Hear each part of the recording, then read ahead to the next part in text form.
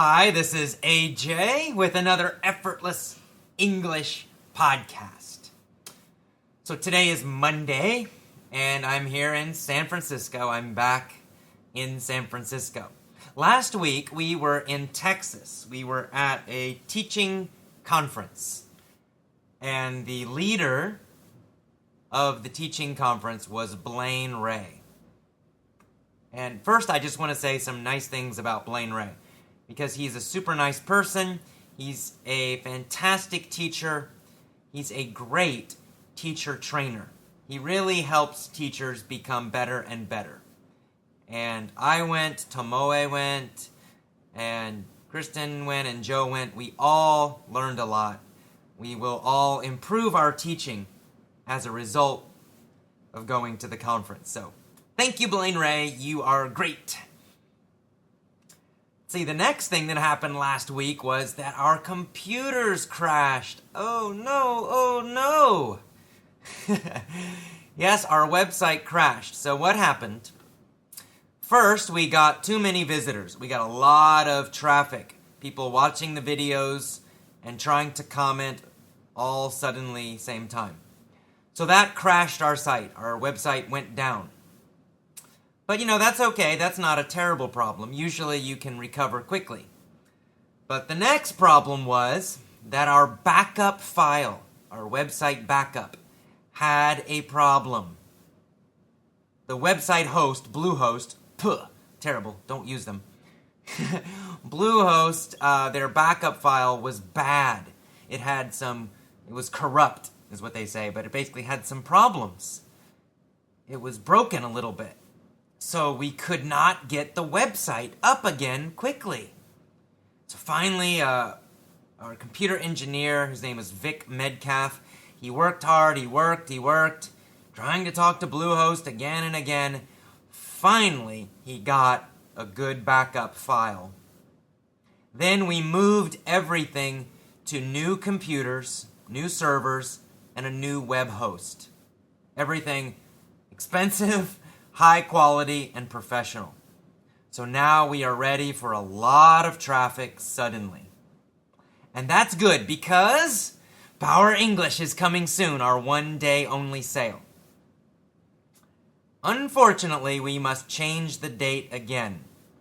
Right? We were hoping for tomorrow, but because our website crashed last week, we need to delay Power English just one more week. So the new date, the final date, the one-day only sale for Power English is now August 4th. August 4, that's next Tuesday, August 4th, one-day only Power English sale. Now, to get Power English, you must be on my email list. You must join the 7 Rules email course. Because what happens at 12:01 a.m., just after midnight in New York City, that's New York City time, I will send an email to everybody in the 7 Rules email list. That actually will be almost 1 million people because our friends Kristen and Joe, they're also sending emails. So anyway, you will get an email and it will have a link inside. Click the link. The link will go to the Power English sale page. Then you just click that big red button. It'll say buy lessons now, etc. Click that red button. You get Power English. So, if you don't know about Power English, then you probably are not on my email list. And don't worry about it. You're fine. You can just listen to my podcast. It's too late for me to tell you everything about Power English now. So, but if you are wanting Power English, then you need to be on my email list. And you probably already are. Okay, so anyway, so August 4th, it's only one day and only 15,000 copies. So we are limiting the number of lessons on August 4th to just 15,000. I think probably most of those will be gone quickly in a few hours. So if you really want Power English, I recommend that you Open your email immediately at 12:01 a.m., just after midnight. Just, midnight, you'll have August 3rd, 11:59. Then midnight becomes August 4th in New York City. Check your email. That's when the email will come, and that's when you can get Power English. Okay, so enough of that. What else am I doing? So I just finished doing some videos because we lost a little bit of work,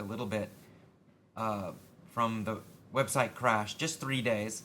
So today I have been making videos and doing some work to recover what we lost. And then later tonight, actually, we are going to see Harry Potter.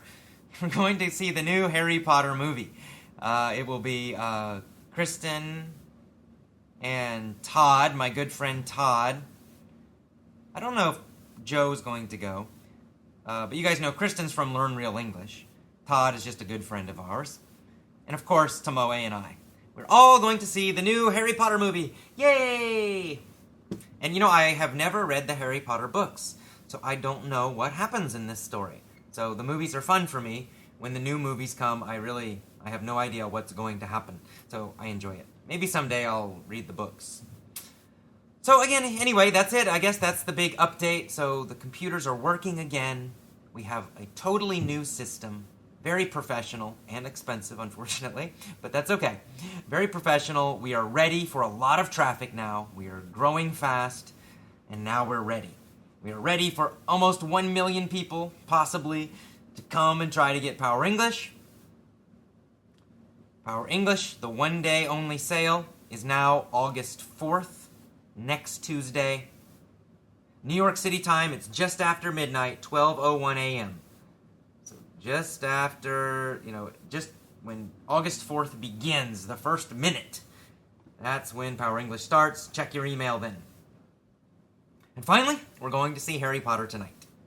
Okay, well, as always, you can check my Twitter page for daily audios. Every day I do a short audio, sometimes more. That's twitter.com/AJHoge, AJHOGE. If you're on Facebook, you can also find us on Facebook. Search for Effortless English on Facebook. We have an Effortless English Facebook page too. So you can see videos. I do videos almost every day on Facebook. And of course, keep checking the podcast here. So I hope you're enjoying all this English. Keep listening, keep smiling, keep enjoying your English learning. See you again. Bye-bye. First of all, swept off my feet. He says, no woman wakes up saying, God, I hope I don't get swept off my feet today. Swept off my feet is past tense. Present would be sweep off my feet. And this phrase, this idiom, it means to make someone fall in love very deeply. Usually we say a man sweeps a woman off her feet. Sweep, of course, comes from like you have a broom. You're cleaning the floor, and you sweep the floor. But it has the idea that also of a man knocking a woman off her feet. So you can imagine she's so in love, she falls down, right? She falls off her feet. She falls down, and the man catches her. Right? This is the image that you want to imagine for this phrase. The woman sees the man, she's so in love, she falls down, and the man catches her. He sweeps her off her feet, right? He picks her up, he takes her off her feet. So this phrase means a man makes a woman fall deeply in love, very quickly, very suddenly, very strongly. He makes her fall in love.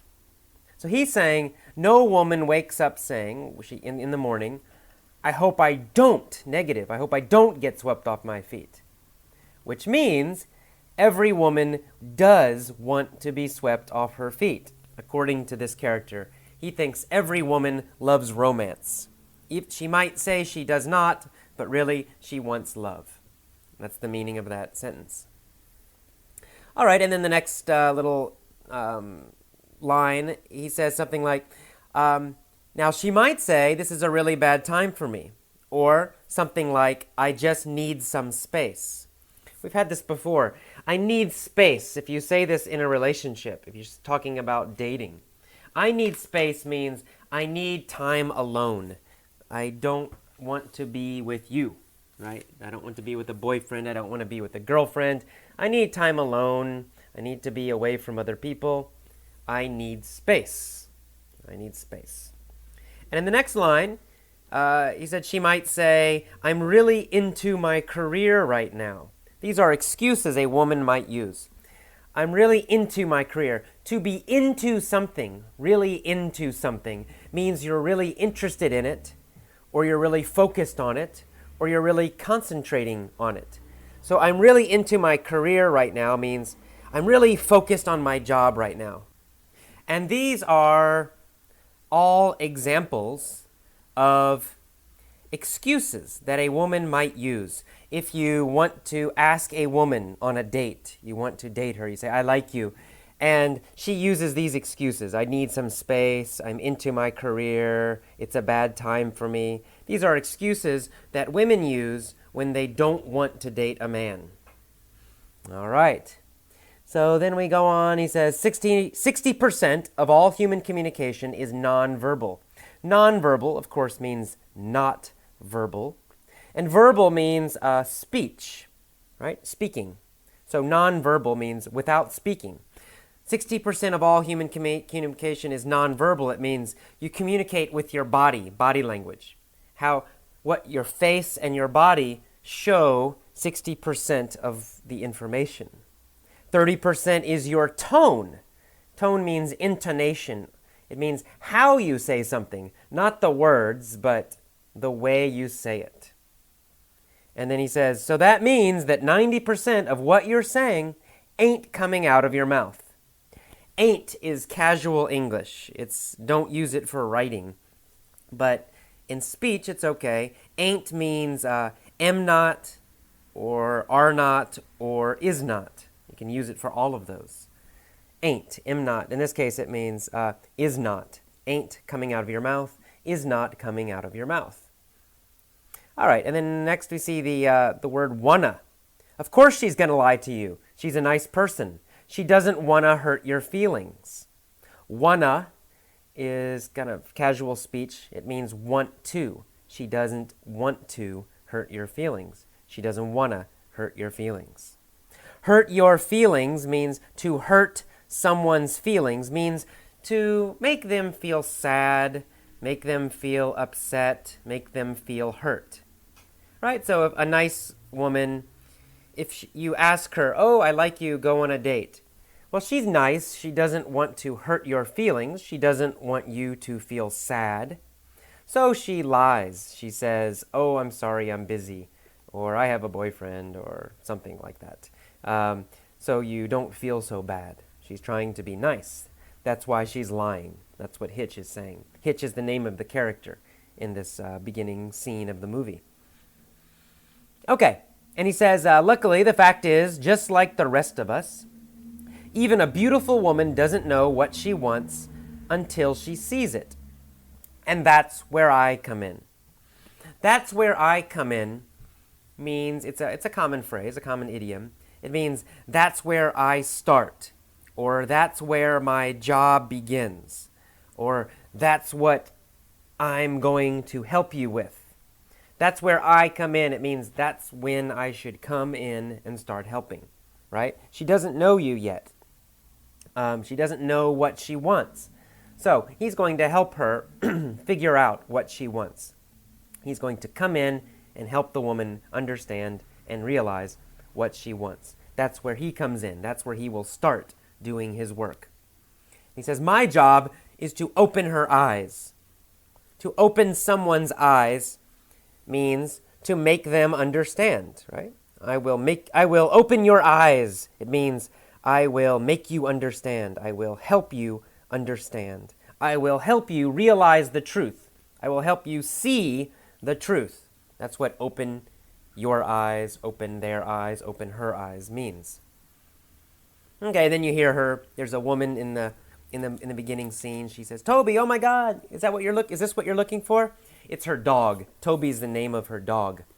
She loses her dog, and the guy in the scene helps her get the dog, and then she wants to have a date with the guy. So in the beginning scene, Hitch, Will Smith's character, helps guys, kind of geeky guys that are not cool. He helps them get a date with women they really like. And maybe the guys, usually they can't do it. They're too shy, they're not cool enough, they're not confident. So he helps them. He's a date doctor. He helps them get dates. And in this beginning scene, the first scene of the movie, it shows him helping a few guys get a date with girls they like. And he's giving this speech at the same time. So you should rent the movie. You can really understand more what's happening. And finally, at the end, he says, basic principles. No matter what means any situation. No matter when means any time. No matter who means any person. Any man has a chance to sweep any woman off her feet. Okay, here we have sweep off her feet. It means any man can make any woman fall in love with him. So any woman can love any man. That's what that line means. Any man has a chance to sweep any woman off her feet, to make any woman love him. And then he has a joke at the last line. Just needs the right broom. He just needs the right broom. Broom, of course, we use that to sweep. This is a joke. He's talking about two different meanings, right? Sweep can mean to, clean a floor, which you use a broom, or sweep also can mean sweep off her feet, romantic. So he means just needs the right broom. That means he just needs the right technique. He needs the right method to get the woman. Okay, that's what that means. But it's kind of a joke, joking about the two meanings of sweep. So just needs the right broom means he just needs the right technique. All right, so that is the end of the first scene. Again, this is from the movie Hitch, starring Will Smith. It's a romantic comedy. If you want to understand it better, it's good to see it, so I suggest renting it at least one time. Okay, welcome to the Hitch mini-story point of view lesson. We're going to tell this story again, but we're going to change the point of view. We're going to change the time frame. First, we're going to talk about this story as if it was happening today, okay? This story is happening today. Here we go. There is a shy guy named Nick. He loves a beautiful girl named Stephanie. He wants to sweep Stephanie off her feet, but he is too shy. Finally, he asks her for a date. He says, you want to go to dinner with me? She laughs nervously and says, I'm really into my job right now. I'm sorry. I just need some space. Nick's feelings are hurt. He knows Stephanie doesn't like him.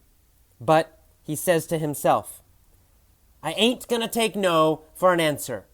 I'm gonna show her I'm a great guy. I'm gonna open her eyes. So Nick buys 500 roses for Stephanie and tells her, I love you. Stephanie is shocked and a little scared. Then Nick starts to follow her everywhere. Stephanie becomes more worried. Finally, Nick breaks into her apartment. When Stephanie comes home, she says, Enough! This is where the police come in. Then she calls the police. Now Nick is in jail, and Stephanie has some space. Okay, very good. Very nice. Now I'm going to change it a little again. This time, our second version. We're going to start with since high school. There's a guy named Nick, a shy guy. There was a shy guy named Nick. There's a shy guy named Nick. Since high school, he has loved a beautiful girl named Stephanie. He has wanted to sweep Stephanie off her feet, but he's been too shy to do it. Well, one day he finally asked her for a date. He said, you want to go to dinner with me? She laughed nervously and said, I'm really into my career right now. I'm sorry. I just need some space. Nick's feelings were hurt. He knew Stephanie didn't like him. But he said to himself, I ain't gonna take no for an answer. I'm going to show her I'm a great guy. I'm gonna open her eyes.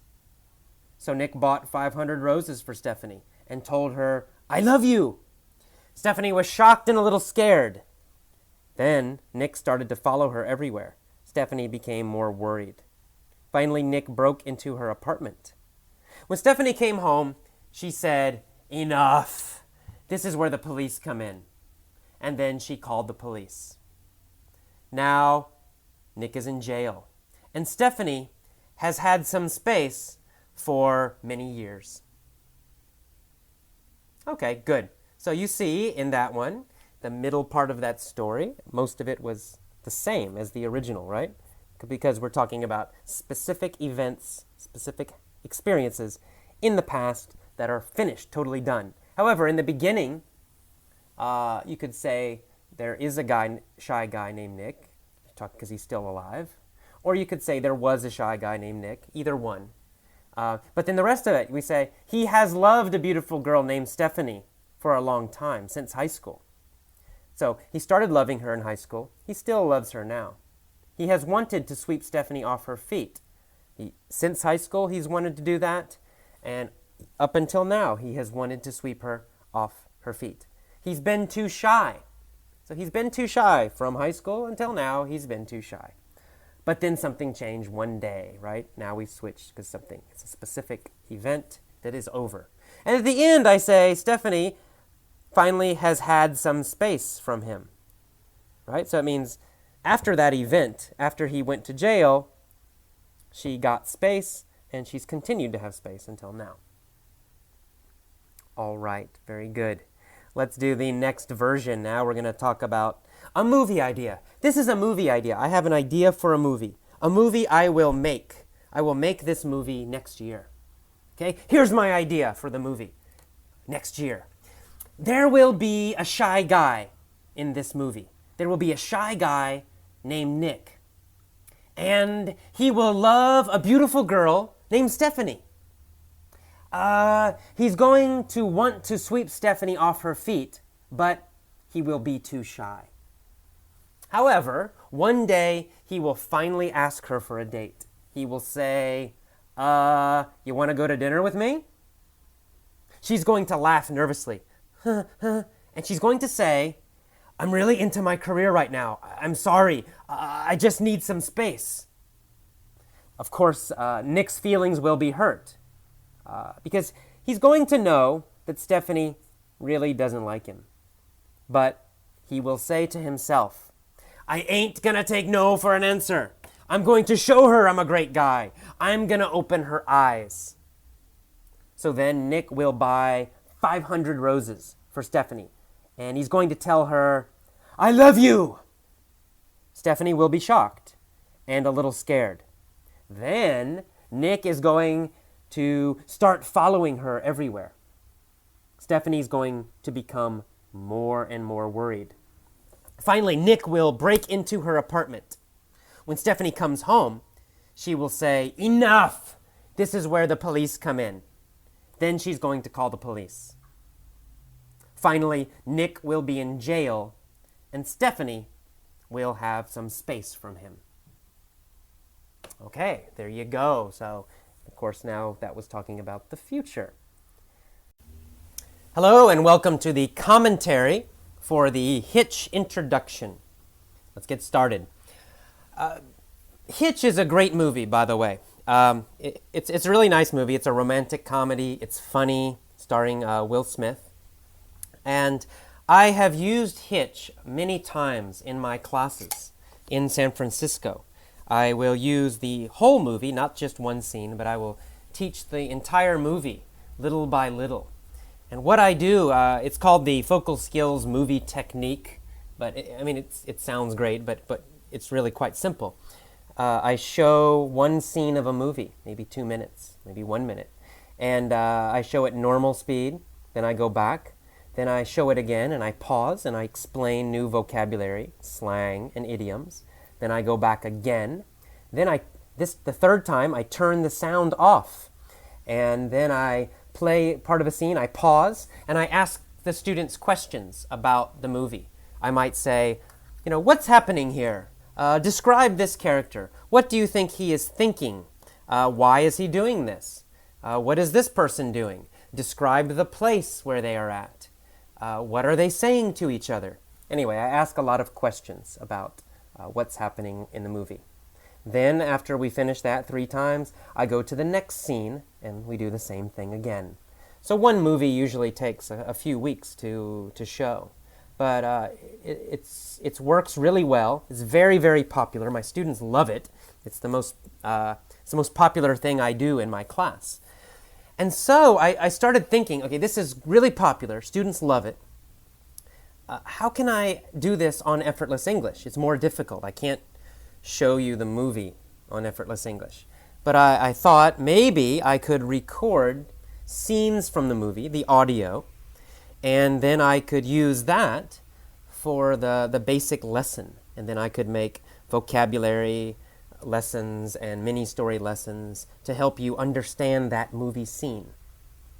So that's why this Hitch introduction, it's my first try, my first experiment to see if I can start using movies. Steve Kaufman at The Linguist and I think we disagree about movies. He doesn't like movies. He thinks movies are not very good for learning language. He thinks they're not intensive enough. And I understand his point. There's a lot more language concentrated in a book, an audio book, or an audio article. However, I disagree. I think they're fantastic ways to learn languages, fantastic sources. Because the thing I like about movies, number one, movies use more natural, conversational English. Books, even authentic, real, native speaker articles or books, they use a writing style of English. It's a little bit more formal than what we actually use when we speak. Because when we speak, we use a lot more idioms, we use a lot more slang, we use words like ain't, gonna, wanna, all those kind of things we use every single day. If you listen to 2 Americans talking to each other, they do not sound like written English. It's different kind of English. It's not better or worse, but it is a little bit different. Movies are closer to that kind of English, the kind of English you hear on the streets. If you walk around San Francisco, people speak more like you hear in the movies, not so much like you hear or see in books. So I think movies are a great way to learn real conversational English, casual English. And especially Americans are quite casual. When we speak, we usually are casual. Even if I speak to my boss, I'm not formal. I'm very casual when I speak to my boss, when I speak to teachers, when I speak to my parents. I'm very casual. So I like movies for that reason. Another reason I like movies have a continuous story. So you can understand the vocabulary and the phrases and the slang. There's a big context. You understand the whole situation, and especially when you can see it, you understand more how the vocabulary is used, in what situations the vocabulary is used. And a third reason, I think movies are great for memory, because you not only hear the language, but you have a picture to connect with the language. So if you hear the line, any man can sweep any woman off her feet, sweep off her feet. Well, you could memorize that phrase and you could read it in an article. That's okay. But if you see the movie Hitch, you will have some images, you will have some pictures from the movie to connect with that phrase. And it will help you remember the phrase much, much, much more easily. So, for all of those reasons, I think movies actually are very powerful ways to learn languages, if you use them correctly. Just watching a movie, full speed, one time, it's not good. It's not efficient. Steve is right. It's not a good way. To use movies correctly, you really need to watch it scene by scene. You need to repeat the scenes many times. Now, if you don't have a teacher to help you, like my class, I can help them. I can do it. But if you're on your own, you're at your home, you're doing this yourself, here's what you can do. Buy a DVD or rent a DVD. Let's say Hitch. I recommend do it with Hitch. You put it in, and maybe you watch it one time to get the general idea. But to study with it, to learn with it, you go back and you do what I do in my class. You play one scene, you use English subtitles, and you play the scene one time, trying to get the general idea. Then you go back, you pause after 1 minute or 2 minutes, you go back to the beginning of the scene, you play it again. This time, every time you don't understand a word or phrase, you pause. You write it down in your little notebook or something, and you use your dictionary, and you find out, oh wow, what does this word mean? What does this word mean? If it's an idiom or slang, you might need to get on the internet. Go to Google and type in English idioms. There are many different websites, so you can find some of those idioms, some of that slang. You can find it on the internet, the meaning.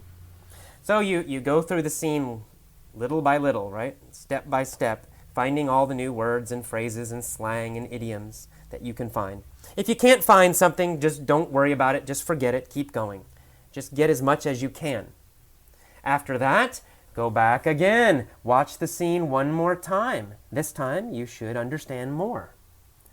Then, go to the next scene. Repeat the same process. It will take you some time to go through all of the movie. But the good thing is you will be learning real conversational English as native speakers use it on the street in real conversations. You won't be learning the textbook English that nobody uses. You won't be using or learning more formal English, which people do use, but maybe not as much. You'll be using average, everyday conversational English. That's good. So that's one great way to use movies. One reason I love movies, using them in class. And I think that's why they're very popular with my students. My students often complain, wow, I know all the textbook English. I understand all this grammar that I've studied all these years. And I can read articles. I can read TOEFL articles and understand them. But I go to the bus stop. 2 Americans are talking to each other. I can't understand them. I don't know what they're saying. It's because they're using casual English. They're using a lot of idioms. They're using slang. They're speaking quickly. All those reasons. They're not speaking the way the textbooks speak. So, that's my sales pitch.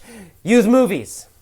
Now for Hitch, if you like this, if you like me using this movie, if you like this lesson, please tell me. Go to the forums and write a comment.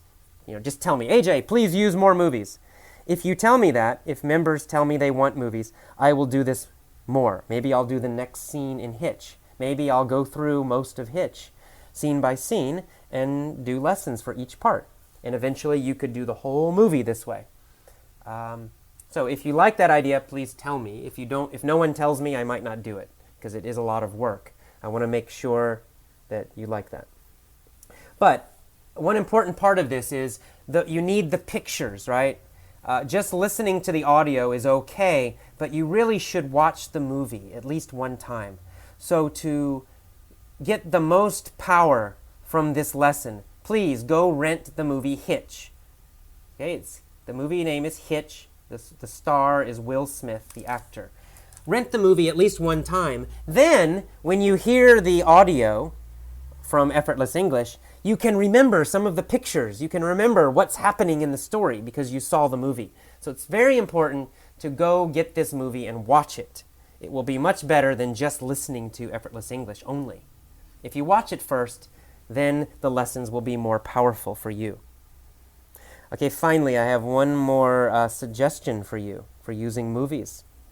And that is, Movies are great for pronunciation work, for improving your pronunciation.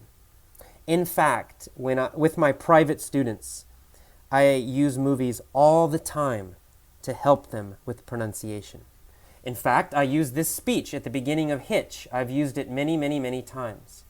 The reason is this. One, as I said already, movies use conversational English, usually. Depends on the movie, but usually. And number two, often or usually, the actors have very good pronunciation. A movie like Hitch with Will Smith, a movie like About a Boy with Hugh Grant, they have excellent pronunciation, right? They're professionals. They get paid a lot of money to speak well, to speak powerfully, to have really clear, strong English speech. So they're good people to imitate.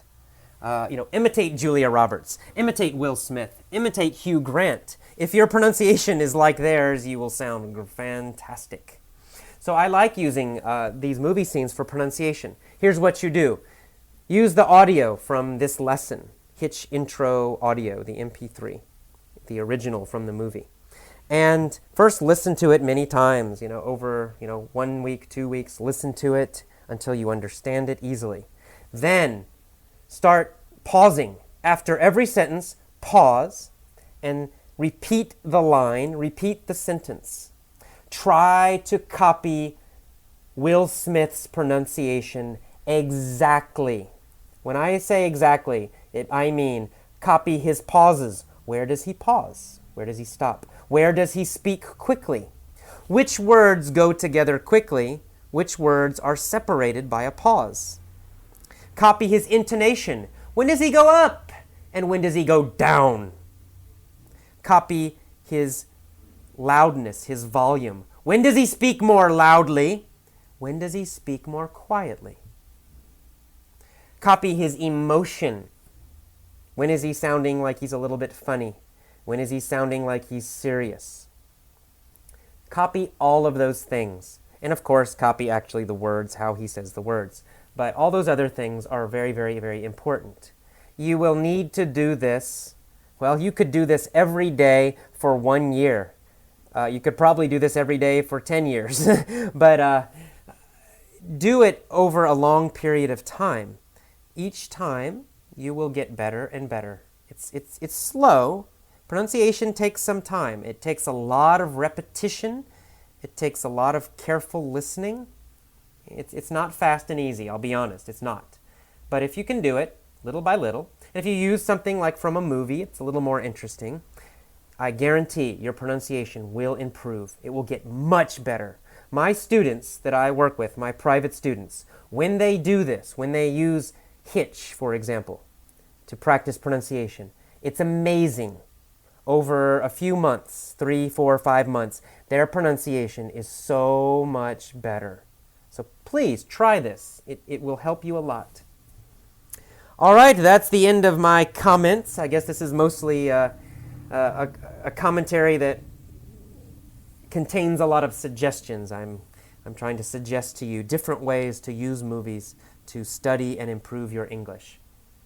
I think most of you will enjoy using movies more than using textbooks.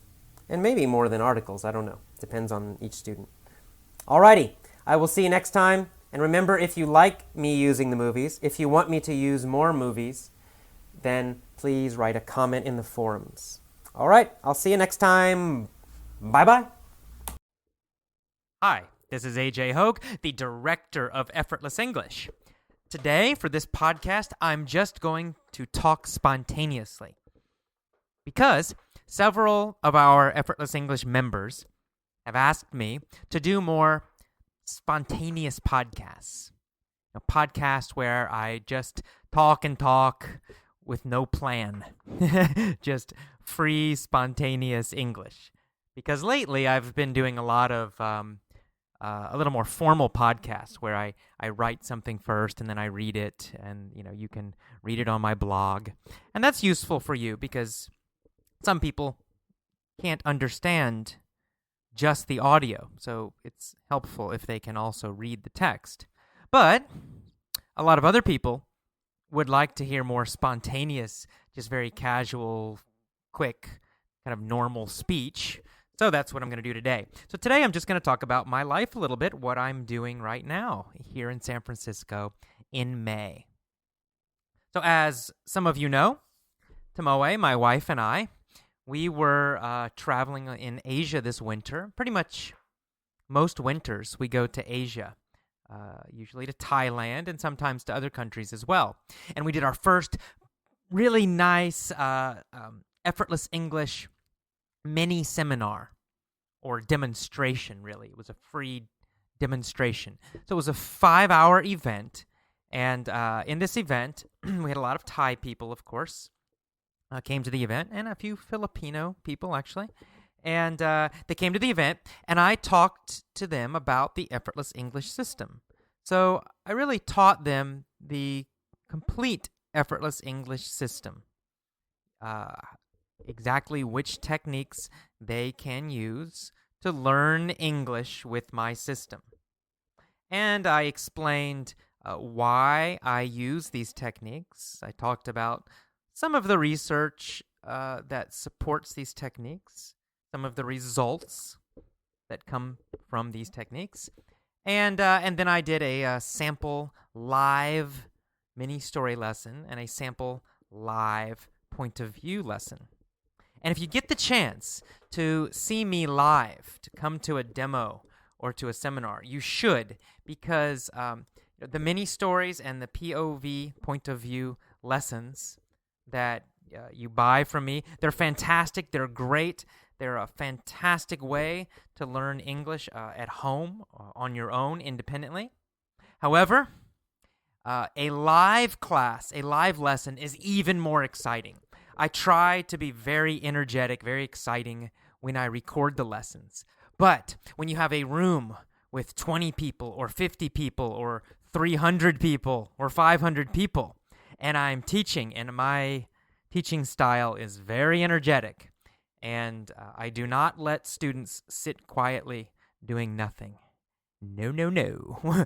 Students in my class, they are active. They are always moving, shouting, participating. So there's a lot of energy in the room in one of my live classes. So it's a lot of fun. I love it. That's why I do it. To be honest, our seminar business does not make much money. In fact, it's not making any money at the moment because we're doing just free demonstrations right now. In the future, we do plan to do some longer seminars, maybe 2 days, 3 days, possibly 5 days of intensive English with effortless English. So with these longer seminars, you would come and I would teach you about, of course, the effortless English system. But then I would do a lot of lessons each day. We'd start early in the morning and we'd go until late at night. And you would participate in a lot of effortless English lessons, lots of mini stories, lots of point of view stories. Probably it would not be just me. Probably Kristen and Joe from Learn Real English would also be teaching lessons. So this is what would happen in one of our longer seminars, which we haven't done them yet. We're still developing our seminar system right now. But that's where we're going. That's our goal for our seminar system, is to have longer intensive English events. You can come and you can really, in just a short time, 3 to 5 days, make a significant improvement in your English speaking. And just as importantly, after the event, after you improve at the event, you know how to continue improving when you go home. You can use my lessons, you can use other materials that you find. Doesn't matter. When you know the whole system and you know how to use it completely, you can do it at home, and you can continue that improvement. So we want to give you a strong, big improvement in a short time, 3 to 5 days, and then after that, you have a system to go home and continue improving. So that's where we are going. But right now, we're just doing little half-day free demonstrations. That's what I did in Bangkok. It was very successful. I'm doing another one in San Francisco here on May 30th, San Francisco. If you go to our webpage, effortlessenglishclub.com, Look on the right side, you'll see my blog posts, and you can get more information if you want to come to the San Francisco event. But anyway, it'll be a 5 to 6 hour event where I will again teach the entire Effortless English system. How do you use it independently at home? Why should you use it? What's the research behind it? And then a couple sample lessons. We'll be doing more of these demos in different places around the world. So we're planning to do several here in San Francisco. And then we're going to do one in Georgia. That's in the United States, not Georgia the country, Georgia the state in America. So probably in Athens, Georgia, or Atlanta, Georgia. And then internationally this year, this coming winter, we're planning to do maybe 2 more free demonstrations in Bangkok, Thailand. We have a lot of fans and members in Thailand.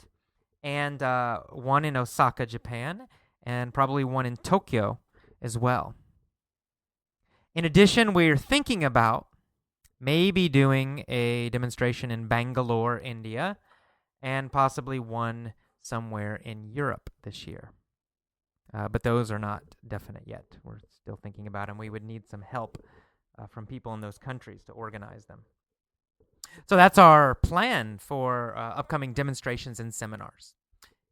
And, by the way, if you live in the San Francisco area, I will also be doing a regular evening summer class. Once a week, I'll teach a lesson somewhere in San Francisco. I don't know where yet. I'm still looking for a room.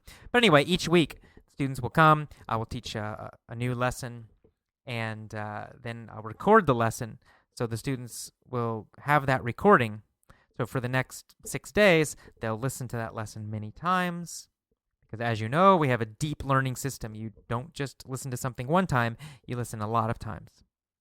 And then they'll come back the next week, and I'll do a new lesson. That will continue through the summer while we are here in San Francisco. So that's some of the exciting stuff with our seminars. Another thing happening with Effortless English is that my Power English lessons are almost finished. They will be finished, and we will start selling them in June, so next month. I'm very excited about these lessons. These are great lessons. They include all the same kind of lesson types, the mini stories, the point of view grammar stories, the commentaries, the main audio lessons. But they also, and text, and that's one of the nice things, they have text for everything. We have a text transcript for every single audio file for the new Power English lessons. So even the vocabulary lessons, you have text for that too. So it makes it very, very easy to understand everything. And that's good because actually the level of these lessons is a little bit higher, a little more advanced than my original lessons. So because they're a little more advanced, I want you to understand easily. So that's why we have text transcripts for everything. So you can read everything. You can read the vocabulary lesson, the mini story, the point of views, the commentaries, everything has text. So if you find a word you don't know, you can use a dictionary. Very quickly, you know it. So you're going to learn a lot of great English, and you're going to improve your English speaking. And at the same time, the topics, I chose the topics of these lessons very carefully. And the reason I call it Power English is because these lessons, the topics, the content, talks about how to increase your success, your personal power. So you're going to be learning a lot of English vocabulary. You're going to learn how to speak very quickly and easily. You'll learn how to speak automatically, just like every other Effortless English lesson. But you'll also learn how to have stronger motivation, right? Because that's one problem with a lot of students. A lot of students, they're very intelligent. You're all very smart. You're very intelligent people. You're successful people. But sometimes students get tired. They get tired of English. They lose their motivation. And so keeping high motivation, keeping your energy level very high is extremely important. If your energy is low, you'll quit. You won't study as much. And when you do study, you'll learn more slowly because you're not concentrating so much. But when your energy level's very high, when you're very focused, when you're concentrating, when you're excited and